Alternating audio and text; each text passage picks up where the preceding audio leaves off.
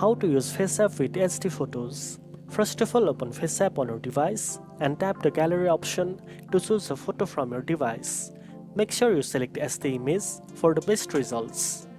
Using an SD photo helps FaceApp apply filters more smoothly. Your face will look clearer and the effects like makeup, hair color or age filters will appear more realistic and detailed. Now select any filter you want to apply, whether it's in the makeup, hair colors, skin or smile section.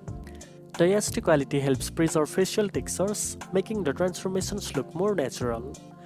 If you want to check the difference, just tap and hold on the photo. It will show the original version. When you let go, it shows the edited one.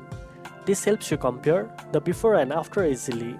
You can also use blur, background or retouch tools for a more professional look.